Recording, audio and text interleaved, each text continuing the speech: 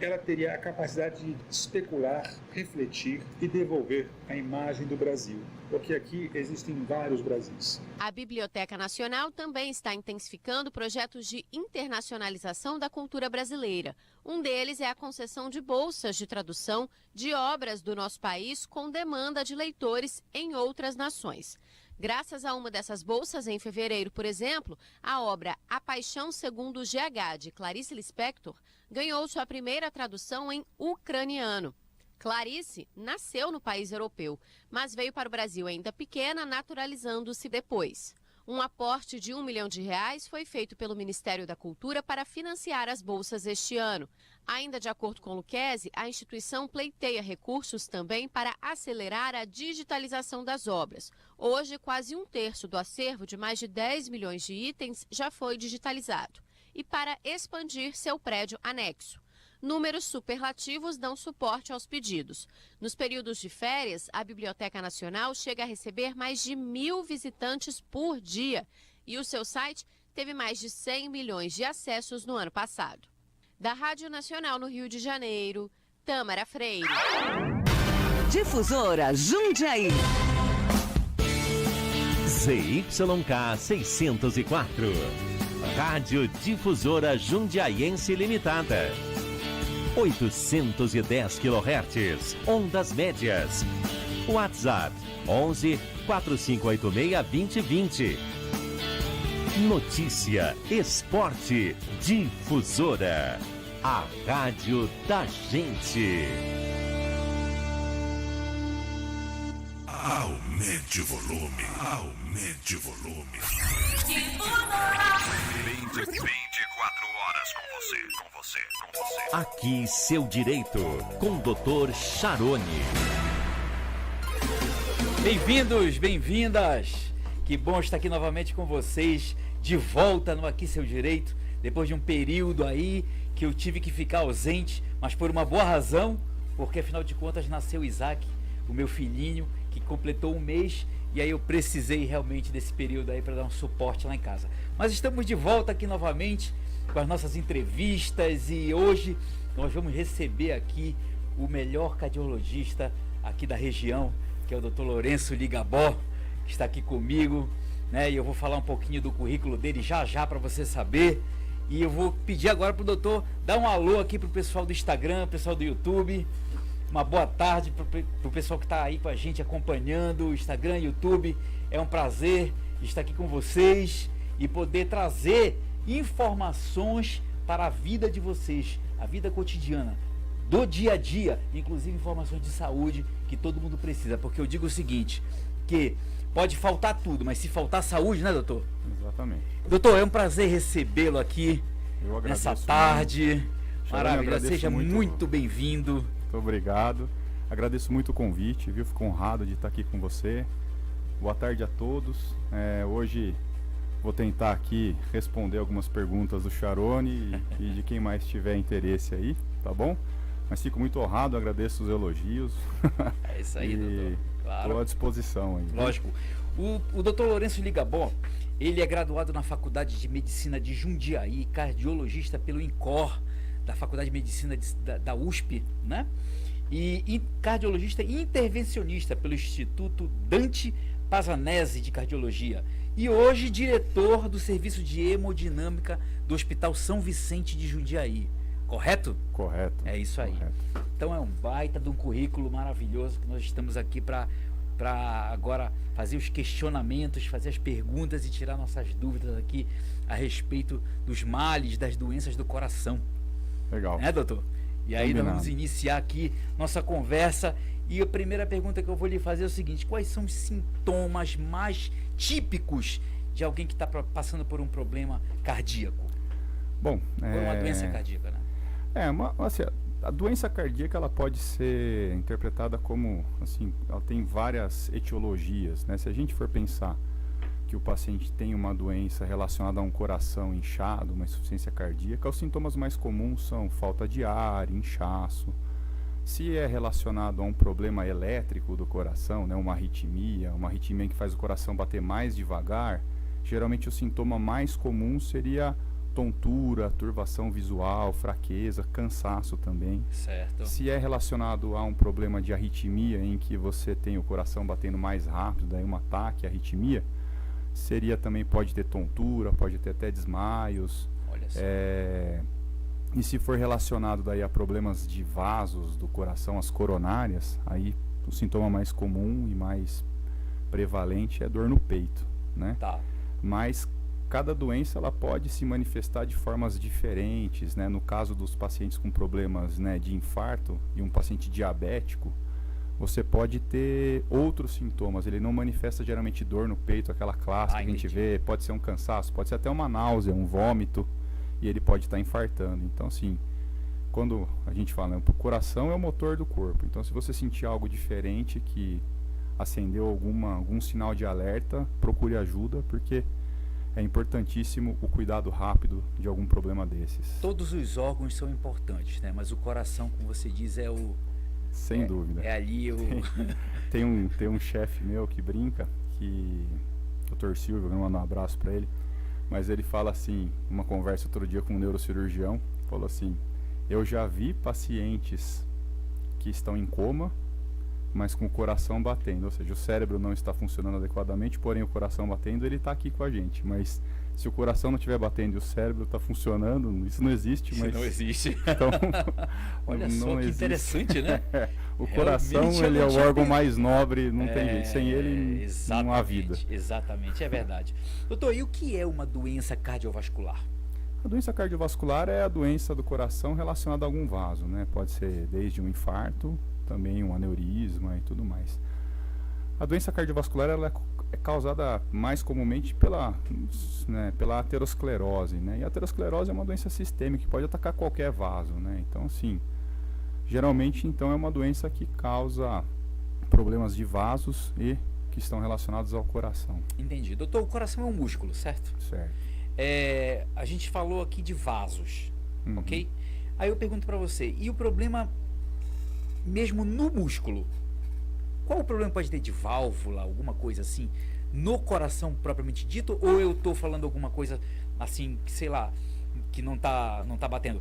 Porque eu digo assim, os vasos, eles podem estar obstruídos e tudo mais, podem ter alguns problemas, mas eu pergunto, a musculatura do coração, ele em si, que tipo de problema ele pode apresentar?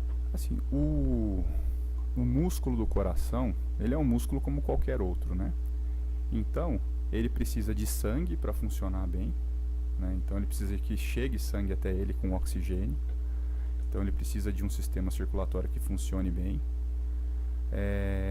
Mas ele também pode ser acometido por inflamações causadas por vírus, pode ser causada por medicações, pode ser causada por algum agente externo que pode prejudicar o funcionamento desse músculo, mas o mais comum de todos realmente é a falta de circulação. A mesma coisa se a gente fosse amarrar uma corda aqui no braço. Entendi. E ficar aí, interromper a circulação do braço. Se a gente não cortar essa corda, não tirar essa obstrução, Entendi. A gente perde a funcionalidade do membro. Então, é um músculo como qualquer outro. Entendi.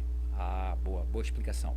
Essa aqui é a Giovana, nossa assistente, que acabou de chegar aqui com a gente. Gi, se tiver alguma pergunta aí dos ouvintes, pode interromper aqui que a gente vai para cima e pergunta aqui pro doutor. Vamos lá. Doutor, hoje, quando a pessoa fala, não me dá essa notícia, senão eu vou infartar. Na verdade, o que é o infarto do miocárdio? Bom, o infarto, ele é um sofrimento do músculo, né? Então, assim, qualquer órgão pode infartar, se você pensar, né? Qualquer músculo pode infartar por falta de circulação, né? Mas o infarto do miocárdio é isso, é uma perda abrupta de circulação. Então, é uma circulação não ideal. Então, o coração, quando a gente faz um esforço, por exemplo, o coração precisa de mais circulação, precisa de mais oxigênio para funcionar mais. E se você tiver alguma obstrução nesse caminho desse sangue, você vai ter um sofrimento daquele músculo e aí acaba tendo dor, né? Entendi. Então o infarto é isso. Existem vários tipos de infarto, né?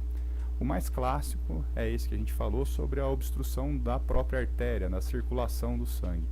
Mas também existem infartos que não são relacionados a isso. Pode ser por exemplo, um paciente com uma anemia muito grave, falta sangue. E aí, se ele precisar fazer algum tipo de exercício, ele vai sentir cansaço por conta disso. Existem os infartos que podem ser causados decorrentes de procedimentos que o paciente faça no coração, uma angioplastia, colocação de stent, ou até mesmo a cirurgia. Então, assim, existem vários tipos de infarto, mas o clássico, o mais comum é esse em que há uma diminuição da circulação ou uma interrupção abrupta da circulação sanguínea nos vasos que nutrem o coração. Entendi. Eu tenho um amigo que ele infartou jogando tênis. Estava numa partida, aí terminou e começou a se sentir mal e infartou na quadra. O que pode ter acontecido, doutor, nesse caso? Será que ele já estava com alguma obstrução, falta de circulação para o órgão, para o músculo, para o coração? Certamente assim, né? Esse tipo de infarto que acontece, geralmente ele está relacionado sim a algum esforço abrupto que a pessoa faça e tudo mais.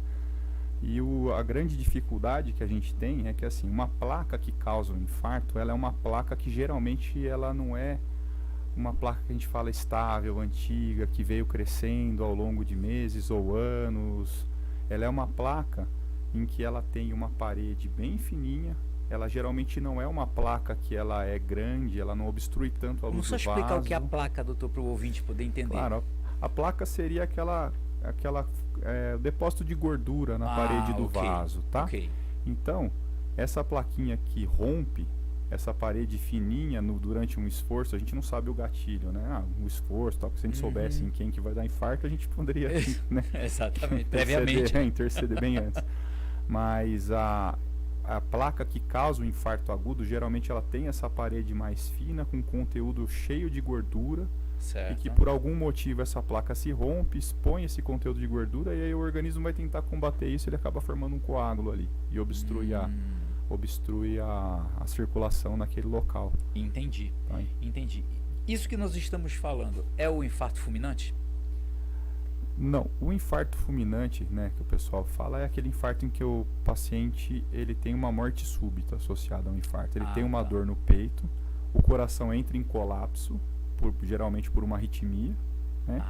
E aí ele acaba desfalecendo, né, tendo uma morte súbita.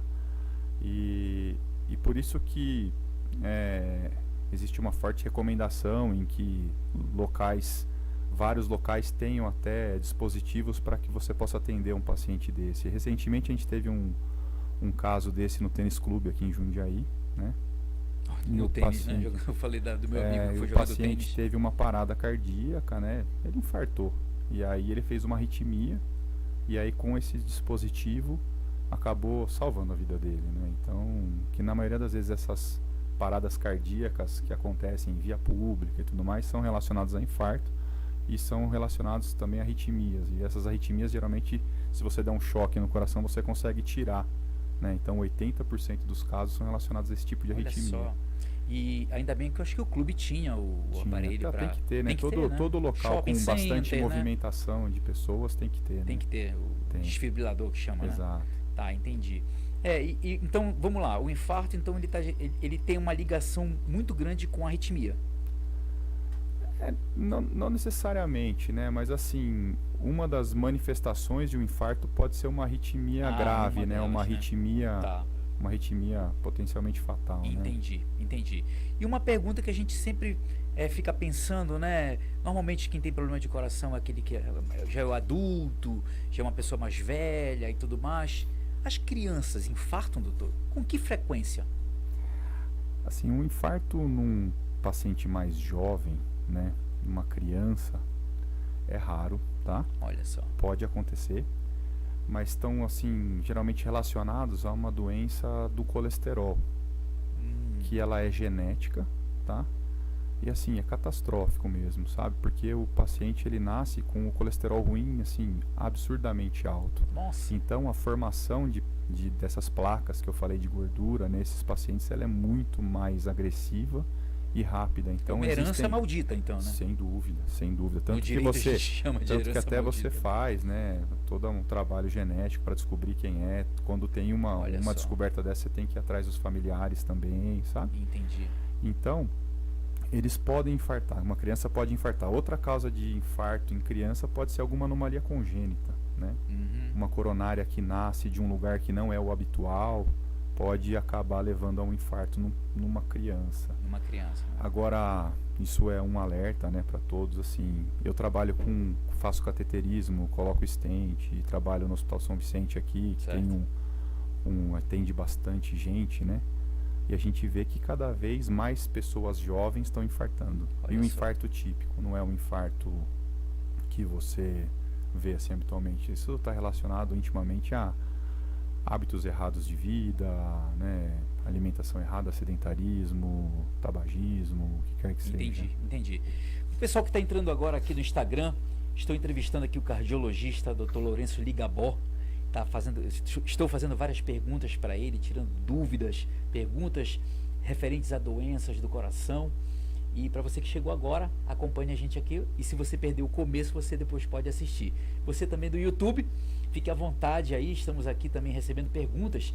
Se vocês quiserem fazer perguntas aqui, a Giovana vai já passar as perguntas de vocês aqui para que o doutor possa responder. Mas é um prazer estar aqui com vocês e vamos continuar nossa entrevista. E doutor, me diga uma coisa. A obesidade na criança, que a gente está tratando de criança, no jovem, isso pode também ser prejudicial com acúmulo de gordura e Sem dúvida. isso, né? Sem Uma dúvida. criança obesa. Não, sem dúvida, né? Uma criança obesa é uma criança que não foi orientada corretamente em relação à alimentação, né? Sim.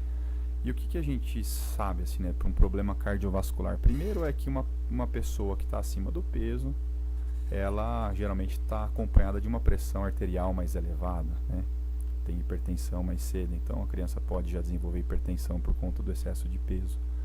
Associado a isso, sedentarismo também. E a gente sabe que a aterosclerose, que é a formação de placa nos vasos, assim, né, de forma bem... a aterosclerose, ela é causada geralmente por uma exposição prolongada ao colesterol ruim. Então, uma pessoa que ela é obesa, ela tem um risco maior de ter um Pode ser colesterol criança, ruim. pode ser um jovem. Sem dúvida. Ah. Ela está mais, né, propensa a ter o colesterol ruim mais elevado, e essa exposição prolongada a um colesterol ruim acaba levando à formação de placas que podem levar a um infarto, né? Entendi. Então, a obesidade infantil é um problema de saúde pública gravíssimo, que a gente sabe que nas últimas décadas aumentou muito, né, a incidência de crianças obesas, que estão muito expostas a alimentos superprocessados, ricos em sódio, gorduras. É a modernidade, né? A modernidade Exato.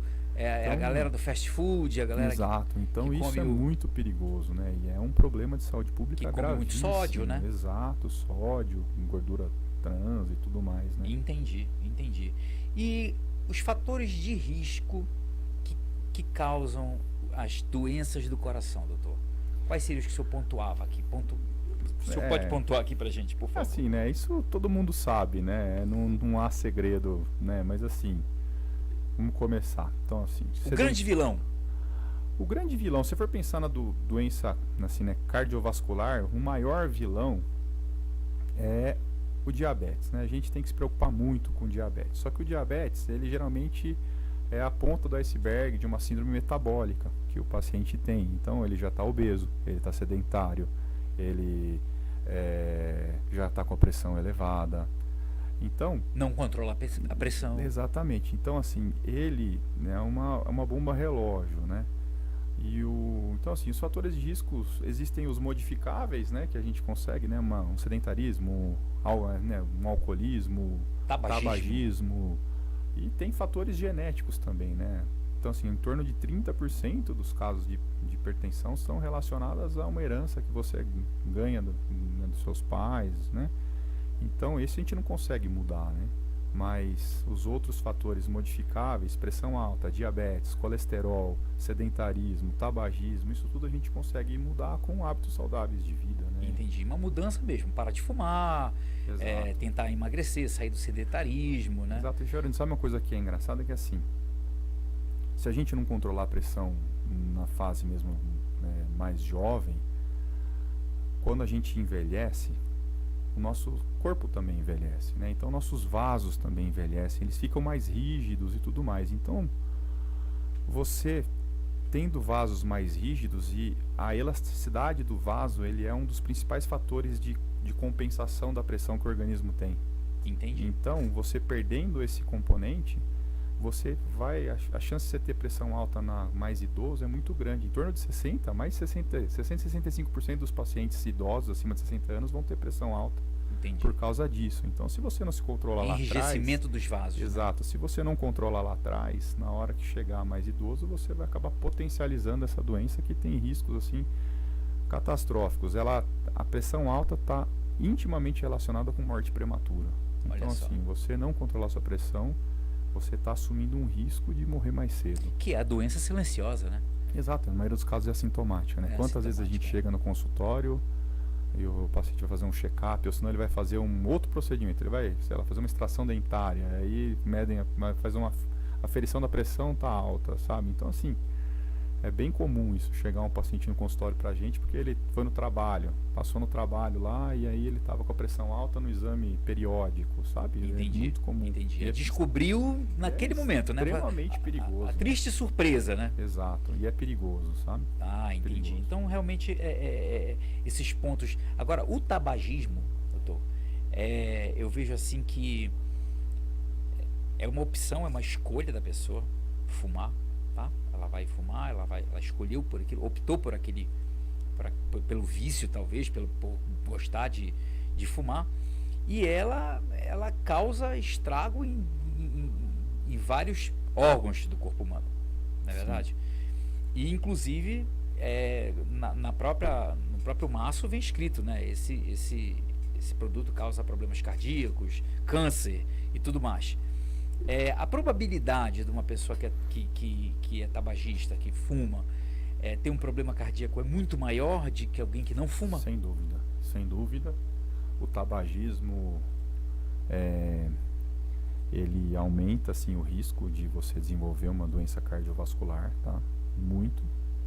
Por inflamação crônica de vasos e tudo mais, e acaba acelerando o processo de aterosclerose, calcificação de vasos e tudo mais.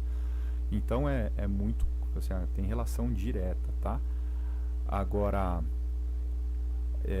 não adianta falar assim, eu não trago, então eu não tenho problema, não adianta. É a exposição à nicotina, ao tabagismo mesmo, Olha tá? só. Ou esses vapes aí, esses cigarros Entendi, eletrônicos também entendi. tem um risco, aqueles narguile também tem riscos semelhantes, e isso também é outra coisa preocupante, né?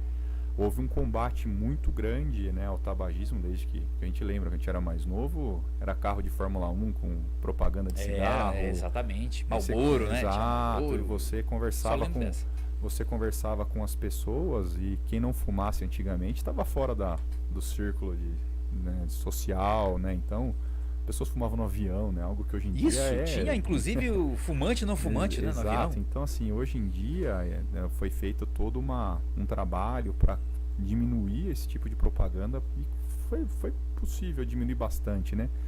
Mas sempre se dá um jeito, né? Daí agora narguile, vape, todas essas coisas, mas todos fazem mal igual. Todos fazem mal, né? Faz mal igual. Entendi. Doutor, com que idade a pessoa deve procurar um cardiologista? Assim, não existe uma idade certa. Fala assim, 40 anos tem que procurar um cardiologista. Não é assim, né? Entendi. É óbvio que você precisa sempre ficar atento, você precisa se conhecer, né? Fala assim, eu sou sedentário, eu não faço absolutamente nada, eu não como direito, eu não como legumes, não como verduras, me alimento muito de fast foods e tudo mais. Você é uma pessoa que precisa passar por uma avaliação de um cardiologista, tá?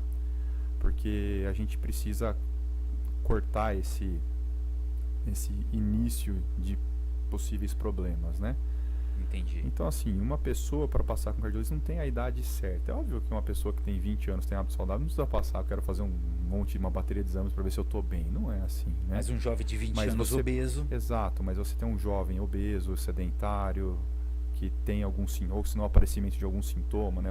Era uma pessoa que fazia esportes e começou a se cansar, ou tinha um esforço que ele fazia que estava habituado e começou a ficar cansado, ele precisa dar uma olhadinha. Quem tem fatores, né, genéticos importantes, antecedentes familiares importantes, então, assim, alguém da família, a mãe infartou com menos de 65 anos, ou o pai infartou com menos de 55 anos, ele tem um risco maior, né, porque você pode ter alguma doença que cause mais infarto precocemente. Então, assim, você tem que se conhecer, né? Você fala, meu pai infartou jovem, você precisa começar a se cuidar mais cedo. É igual alguém que tem um familiar com câncer, né? Se você tem um familiar com câncer que foi um câncer que aconteceu de uma pessoa mais jovem, de forma agressiva, você vai fazer um trabalho preventivo bem antes do que uma pessoa que não tem esse antecedente.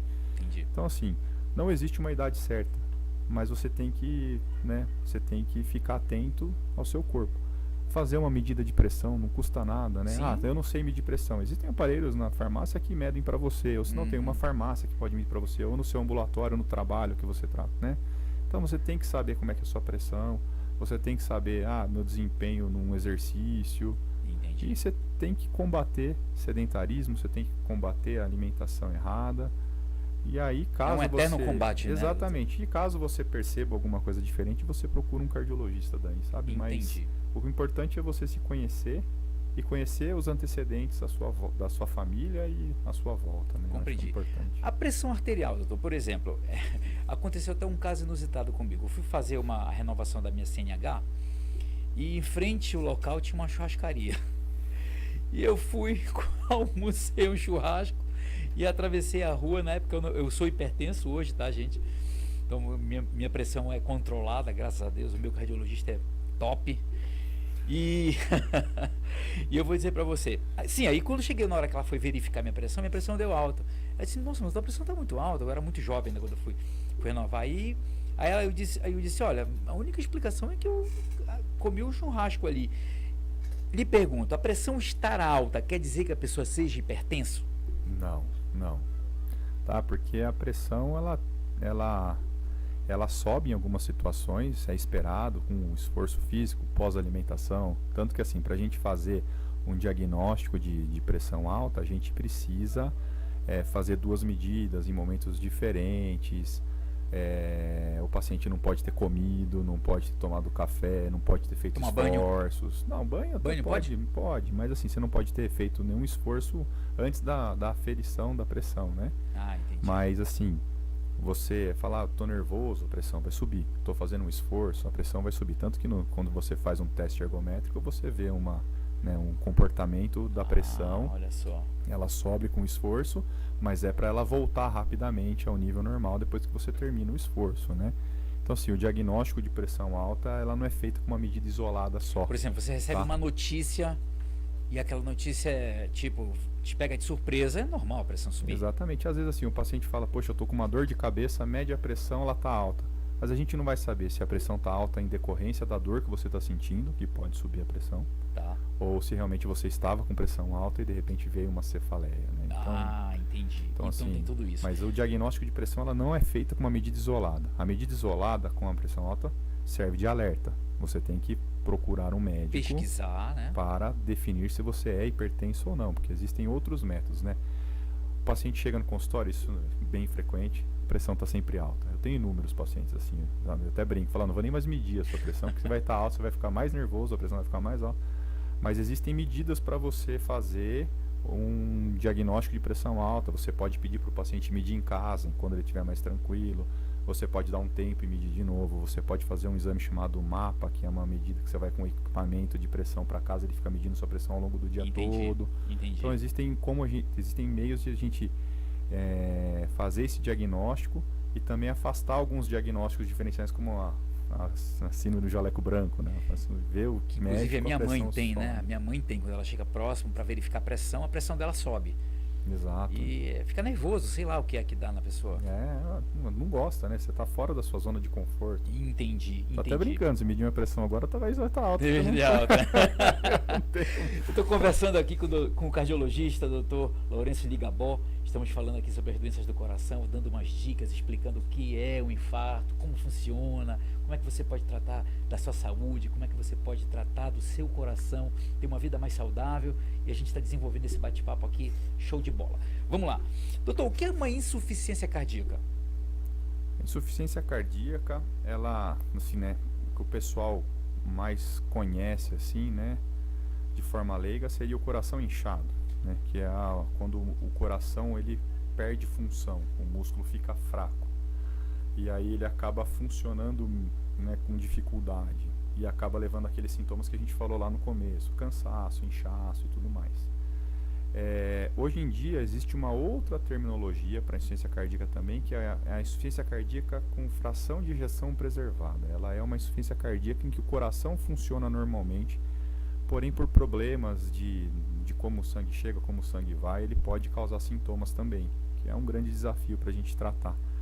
Mas o mais comum, o mais tradicional que o pessoal conhece é quando você tem o coração grande, o coração inchado, né? A insuficiência cardíaca acaba sendo isso, é um funcionamento, é um coração batendo mais fraco, um funcionamento abaixo do normal. Entendi. Jovens têm esse tipo de problema? Pode ou ter. só pessoas mais velhas? Não, é um problema que pode acometer qualquer idade, porque existem diversas etiologias, né? Diversas causas para isso, né?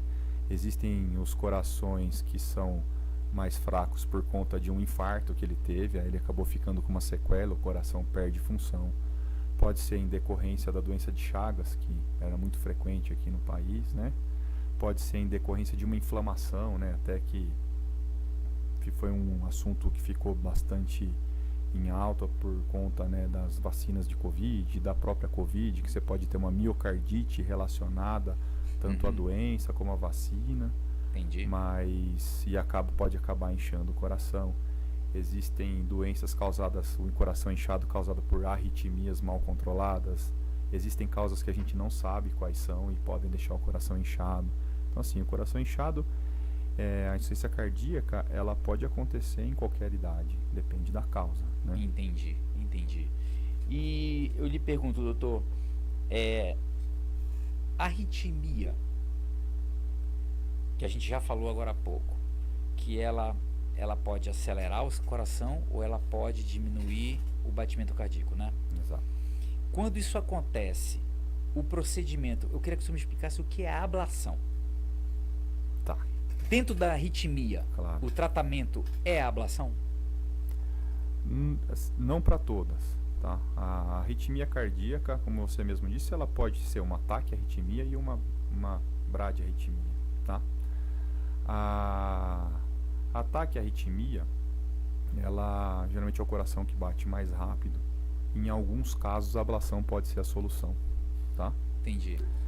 Para bradiarritmia, não.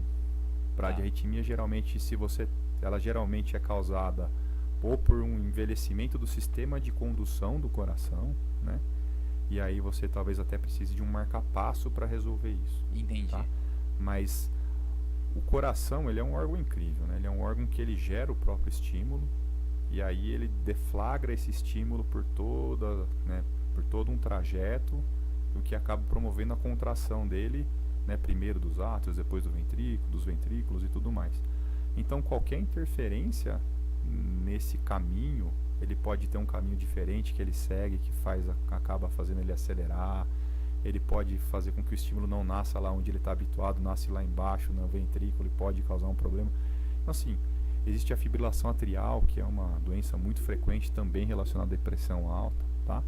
Então assim, para alguns casos a ablação sim é o tratamento. O que é ablação, só para a gente explicar aqui pro pessoal? A ablação, ela é como se fosse um cateterismo no coração da parte elétrica, tá? E ela serve para você queimar mesmo. Você queima alguns focos onde são geradas essas arritmias, tá? Então serve para isso. Você vai lá através de um mapeamento que você faz, através de algumas informações que você colhe dos catéteres e tudo mais, você acha o local onde a arritmia ela é gerada e você queima aquela região para que ela não se manifeste mais. Uma espécie de cauterização? Exatamente. Olha só, interessante. Tá.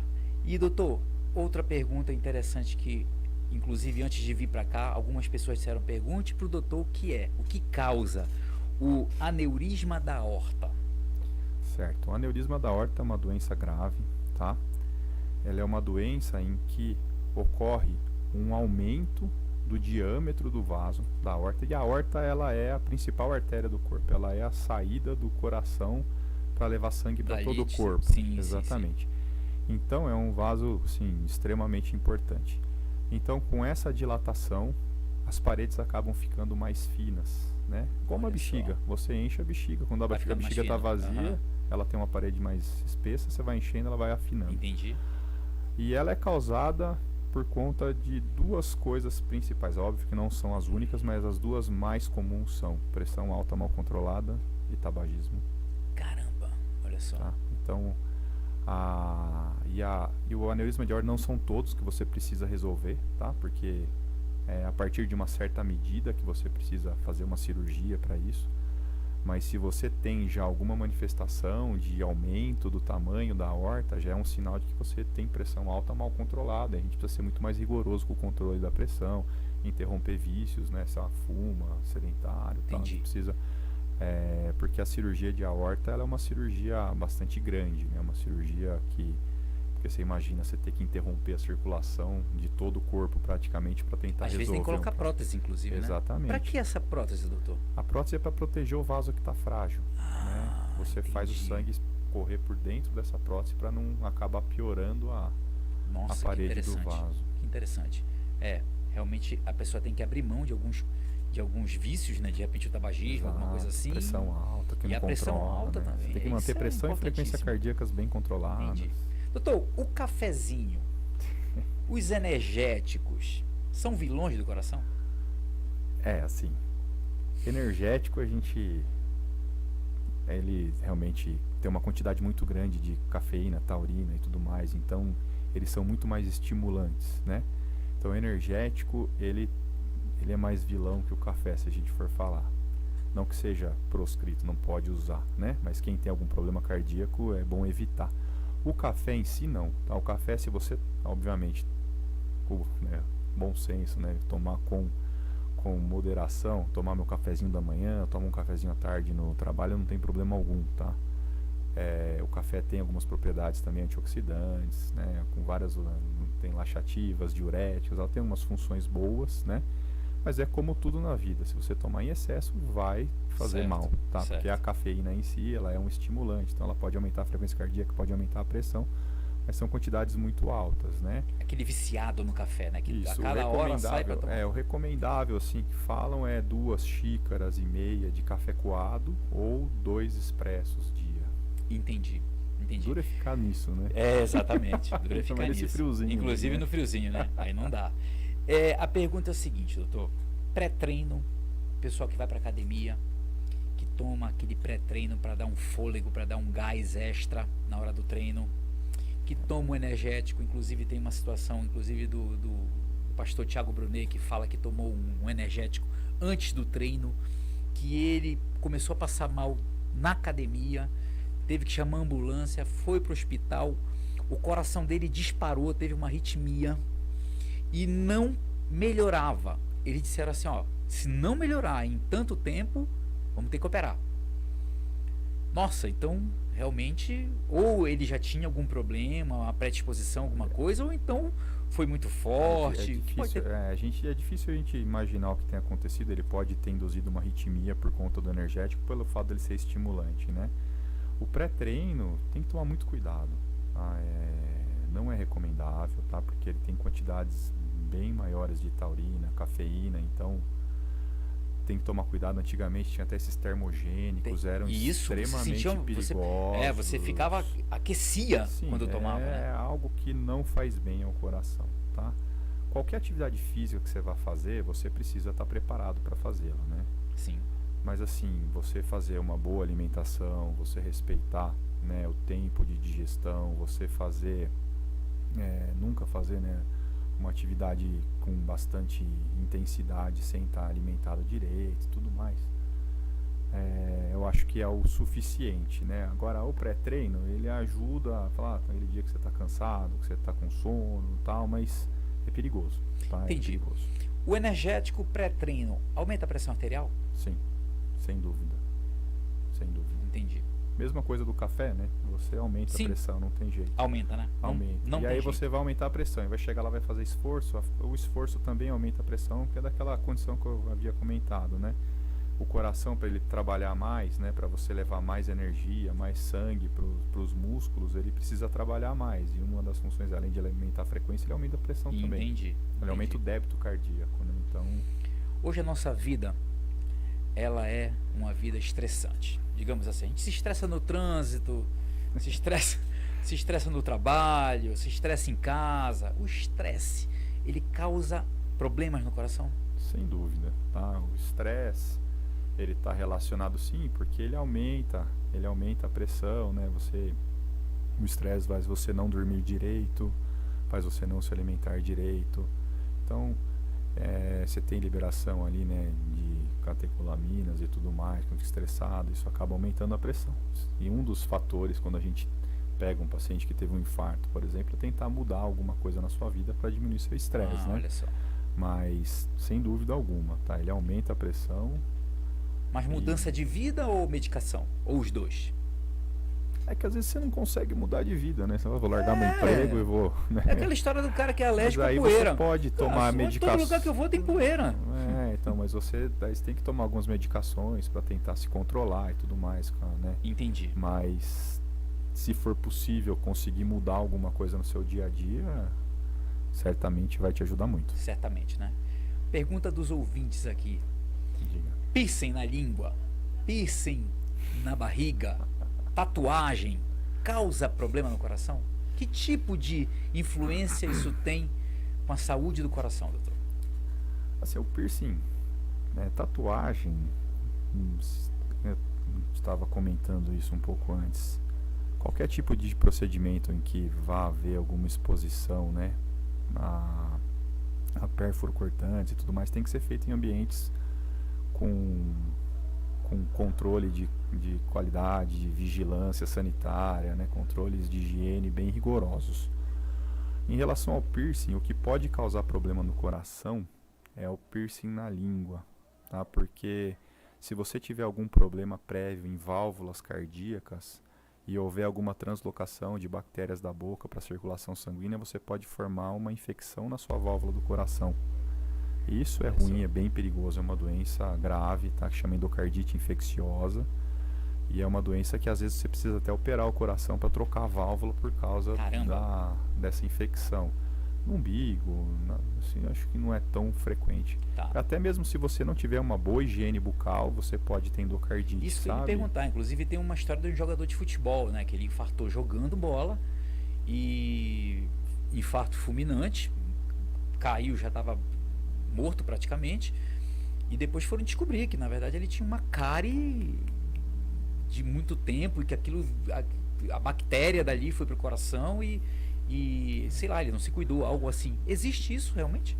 Teve essa polêmica aí dessa história do jogador. A endocardite infecciosa geralmente ela é uma doença, né, que cursa com febre, né? Então talvez um atleta de alta performance não conseguiria nem, né, estar em condições de jogo e tudo mais, né? É óbvio que alguns agentes podem causar doenças bem mais brandas, né, que você não descobre tão rápido. E você pode ter, de repente, uma rotura de alguma cordoalha, que é uma musculatura que faz a válvula funcionar, e dar um problema. Mas é uma tragédia, é infrequente, tá?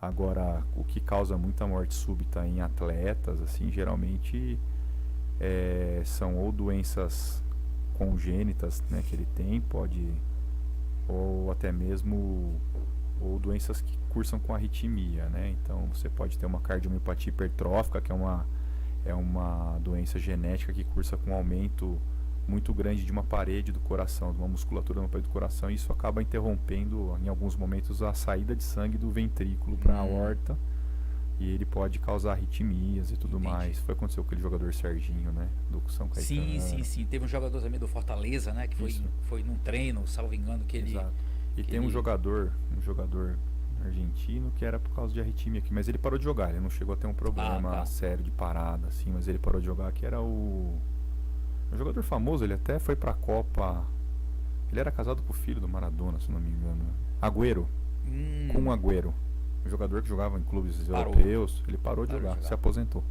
Teve que aposentar, não por teve conta jeito, de né? arritmia. Quão baixo deve estar o LDL das pessoas, doutor? Colesterol ruim. Bom, Tem pergunta, Gil? Opa, vamos lá. Vamos só respondo essa aqui. ou... Vamos ver aqui o que eles estão perguntando.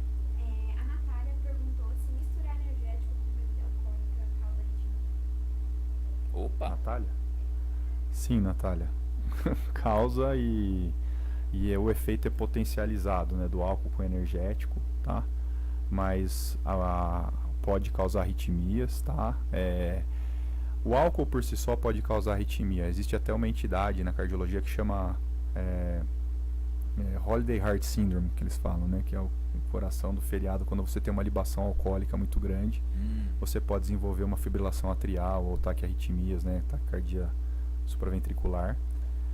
Então, o álcool por si só pode causar arritmia, né? Se você tiver uma ingesta muito grande e de forma rápida, e o energético também. Então, Vamos evitar, né? Se cada um pode causar arritmia, né? O combo também vai causar. O combo vai causar. É melhor evitar, né, doutor? Exatamente. É melhor evitar. Sim, vamos voltar. O LDL, colesterol ruim. Então, o LDL é o colesterol ruim. Então, ele é aquilo que eu falei, né, anteriormente também, que ele estando alto, a exposição por longo prazo pode causar aterosclerose. Então, a gente tem que reduzir o colesterol ruim e aumentar o colesterol bom. O colesterol ruim, a gente faz primeiro a gente faz um cálculo do seu risco de doença cardiovascular, e esse cálculo, baseado nesse cálculo, é que você vai ter uma meta para chegar com o seu LDL, tá? Vamos começar com o mais grave, um paciente que infartou, ou um paciente que teve alguma doença cardiovascular grave. A gente precisa reduzir o LDL o máximo que a gente puder. Tá, então temos que dar remédio, mudar estilo de vida e tudo mais. E o LDL, principalmente, né? E não existe hoje em dia. Antigamente a gente tinha uma meta, falar era 70, depois foi para 50, mas hoje em dia a recomendação da escola americana é você abaixar o máximo que você conseguir, tá? O máximo. Existem drogas novas, né, que algumas atualmente ainda são bastante inviáveis para nossa realidade, mas são drogas injetáveis que eles reduzem muito o LDL, né, que são os inibidores de PCSK9, e são medicações agora que têm correlação, assim como as estatinas, que são as mais conhecidas, né, também tem correlação direta com redução de evento cardiovascular, né, então você tem menos infartos. Essa medicação está disponível no Brasil já, doutor? Já, só que é bem cara. Bem cara, né? Ainda é bem cara, uso mas contínuo? Na verdade você toma mensalmente, não é uma injeção. Entendi. E agora sim, para uma pessoa com risco cardiovascular baixo, por exemplo, uma pessoa que não tem fatores de risco, não tem uma pressão controlada e tudo mais, você tem que manter o LDL em torno de 130. Para um diabético também a gente precisa diminuir o LDL o máximo que a gente conseguir, porque ele já tem uma doença que ela é aterosclerótica e a gente precisa não dar a chance de ter outra para ajudar. Entendi. Então a gente tem que baixar, sempre deixar menos que 100. E aí é baseado nesse score de risco que a gente faz, a gente tenta chegar, né? Mas habitualmente a maioria das pessoas que não tem nenhum fator de risco, a gente tem que deixar em torno de 130. E se tiver, daí DPA é individualizado e a gente tem que conversar com o cardiologista. Entendi. Ou com o endocrinologista. Aspirina todo dia, doutor. Vale a pena? Não, essa aí é uma coisa, é uma história longa, né? Antigamente falavam que tomar aspirina, né? Que a aspirina foi uma droga fantástica, né? Quando descobriram a aspirina na questão do infarto, né? Ela teve uma redução de mortalidade assim bem expressiva. É como a penicilina, né? Quando exatamente, a penicilina, não, exatamente. Então assim, quando a gente começou a descobrir que a aspirina reduzia, né, desfecho, principalmente morte, aí começou a usar e assim, o uso indiscriminado, né? Mas a gente sabe de alguns fatores, né? Você pode ter sangramentos e tudo mais. Problemas gastrointestinais, fígado não, mas mais gastrite, úlcera, né? Então... Não se recomenda mais, doutor? Então, e recentemente, em questão acho que de uns 3, 4 anos, antigamente a gente se você fosse diabético, você já tomava aspirina, sabe? Já era preconizado você dar. E assim, saiu um estudo que mostrou que não há correlação de benefício de tomar aspirina, assim, sem você ter um evento. Agora, se você teve algum evento cardiovascular, tá? Você teve algum derrame, você teve um infarto, você teve alguma coisa assim, você tem que tomar aspirina até o fim da vida. Entendi. Tá? Mas o uso, assim, corriqueiro, assim, indiscriminado, não há mais recomendação alguma. Tá. A história familiar sempre é importante em questões cardíacas, né, doutor? Você já falou aqui anteriormente. Tanto para questão de infarto como para arritmia. Quer dizer que você... E a pressão arterial também? Também. O hipertenso também? O hipertenso também, né? Você sabe que se você tiver alguém hipertenso na sua família, uma hipertensão essencial, né? Aquela primária, não relacionada a outra doença, 30% a 50% das pessoas vão ter, né? Se você tem, a chance de ter é bem grande, sabe? Então 30% a 50% das pessoas que têm hipertenso na família vão ter pressão alta ao longo da vida. Então quer dizer que isso também pode ser uma questão familiar, né? Vide... Sem dúvida. Entendi. Então isso daí não tem jeito. Isso aí Mas também você não pode também jogar a toalha e falar assim, já que eu vou ser hipertenso, eu não vou me cuidar. Não vou me cuidar, né? Vou tomar já remédio é herança, mesmo. né? Então, eu vou tomar remédio mesmo. É herança. Que Não tipo dá. de atividade deve ser evitada pra gente não ter um problema cardíaco, doutor? Você diz assim, atividade física? Atividade, ou... o que tipo, isso a gente já falou agora, o tabagismo, o alcoolismo, os energéticos, isso tudo deve ser evitado, o estresse. Sem dúvida, né? Você precisa ter uma vida saudável, né? Então a gente precisa sempre focar nisso, né? Se você tem algum problema de saúde, controlá-lo adequadamente, evitar, né, qualquer coisa que possa trazer problemas para você, né? Então, consumo excessivo de álcool, consumo, né, tabagismo, sedentarismo, alimentação baseada em alimentos superprocessados, né? Você precisa tentar fazer tudo para que seu corpo consiga, né, viver bem e que não, sem atrapalhá-lo aí nesse caminho. A doença cardíaca, doutor, ela atinge mais os homens? Algumas sim, outras não, tá? Porque eu vejo mais, ele período. infartou, não sei quem infartou. Normalmente eu não vejo quase mulheres com problemas cardíacos. Não, bastante mulher infarta, tá? E assim, em algumas nas idades mais avançadas, as mulheres infartam mais que homens, inclusive. Olha só. Tá? A prevalência de pressão alta, ela é mais comum em homem, né? Então o homem tem mais pressão alta que a mulher, mas existem algumas doenças sim que estão relacionadas com o sexo feminino, sem dúvida. Entendi. Inclusive o sexo feminino em algumas doenças, eles entram como pontuação para o score que você vai calcular para o risco daquela doença. Então assim, é uma mulher, já... Tá. Já entendi.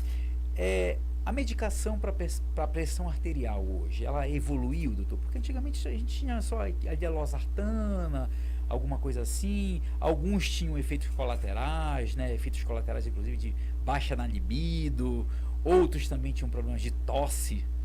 Não sei se eu estou falando besteira aqui, mas acho que sim, né? Tosse. Sim. Os remédios, eles ficaram mais tecnológicos, eles estão mais eficientes agora. Como é que está isso, doutor? Então assim, é óbvio que os remédios eles evoluíram sim, né? Assim, não apareceram classes novas de remédio, assim, é um remédio novo. Porque aonde o remédio age, os lugares são os mesmos, né? Eles mudam a molécula ou alguma forma para principalmente melhorar a adesão, porque é muito difícil você tomar 10 comprimidos, 15 num dia. Entendi. Então você tem que fazer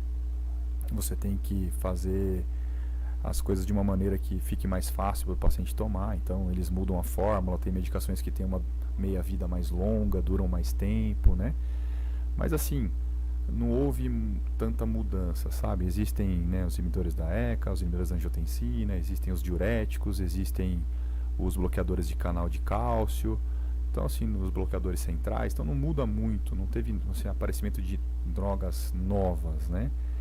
Mas elas certamente evoluíram, né? Tanto que a gente consegue hoje ter remédios com composição com mais de uma medicação no mesmo comprimido, né? Para facilitar, tem diurético, um inibidor da ECA, então assim, você consegue um bloqueador de canal de cálcio no mesmo comprimido para facilitar a adesão. Só que infelizmente não tomar toda aquela quantidade de comprimidos. Exatamente, porque é difícil, né? A gente sabe que certeza, é difícil, né? Então certeza. você conseguir fazer, em vez de fazer o paciente tomar 10, 15 comprimidos, tomar 4, vai ser muito mais fácil, né? Entendi. E às vezes o paciente que ele é hipertenso, ele também é diabético, ele também teve um infarto, precisa tomar aspirina, ele também precisa controlar o colesterol. Então não é só medicação da pressão. Ele então, também teve o problema lá na aorta. Exatamente. E aí toma medicação pra caramba. Então assim, droga nova não tem, né? Assim, de um novo... E esses efeitos colaterais que eu falei, doutor? Baixa Então, na mudança da composição, né, da molécula, eles tentam sempre reduzir.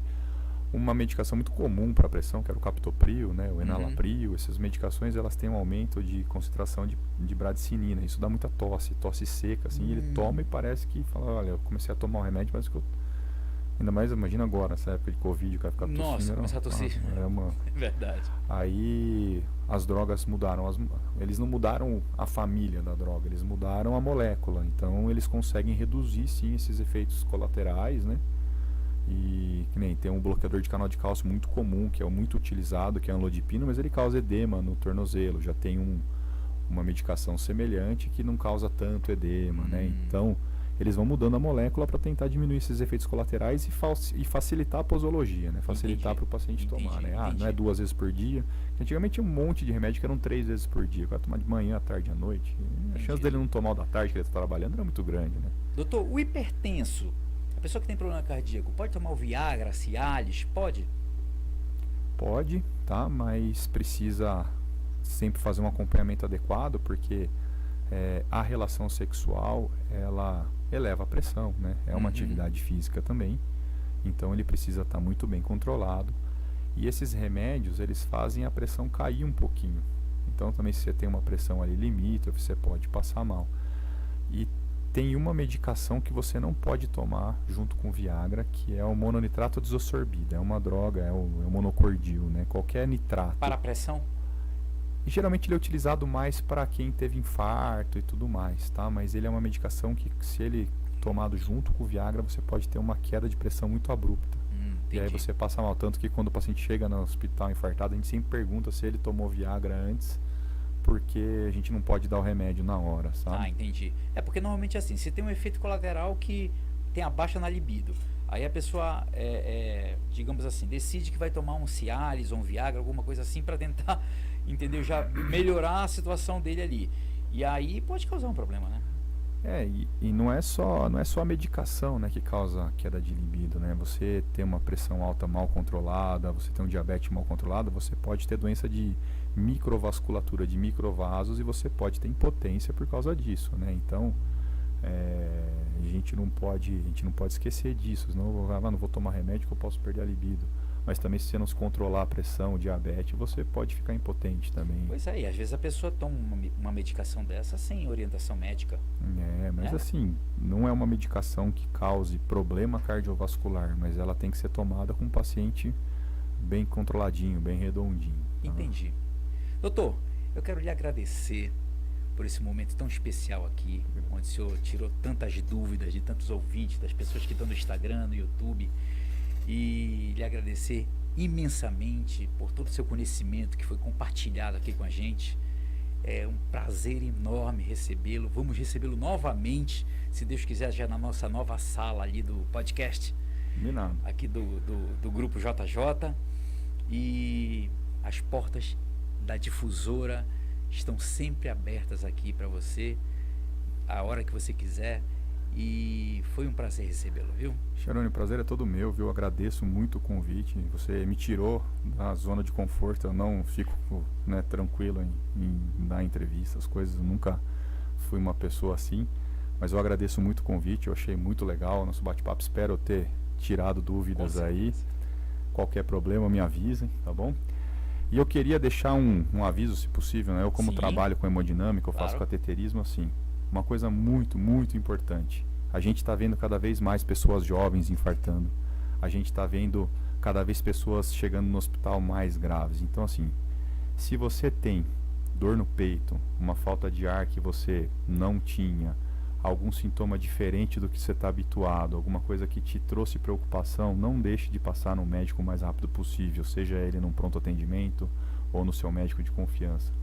Não fique em casa esperando que vá melhorar, que vá resolver, porque isso acaba atrapalhando o seu tratamento, tá bom?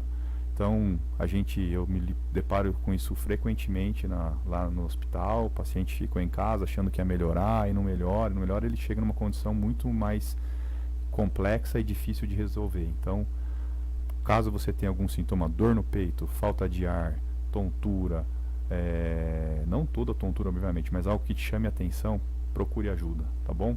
Agradeço muito o convite. Imagina, tá? Doutor, e onde as pessoas podem encontrar o doutor Laurence Ligabó? Bom, eu tenho um consultório, né? Eu atendo um consultório particular e eu também trabalho no Hospital São Vicente. Eu espero não encontrá-los no São Vicente, porque lá só vai o pessoal que está infartando, então eu espero... Onde fica o consultório, doutor? Meu consultório fica na Rua Portugal, 295, lá no Jardim Sica, tá? Qualquer coisa falem com a Sônia, que é a nossa secretária, que a gente dá uma olhadinha em vocês, tá bom? Aí.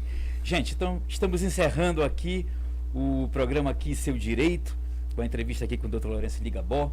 E sempre maravilhoso, espetacular estar aqui podendo passar informações para você, informações de saúde, informações atualizadas também, jurídicas, do dia a dia. E vamos nos ver aqui no próximo programa, se Deus quiser. Fique com Deus, Deus abençoe a todos vocês.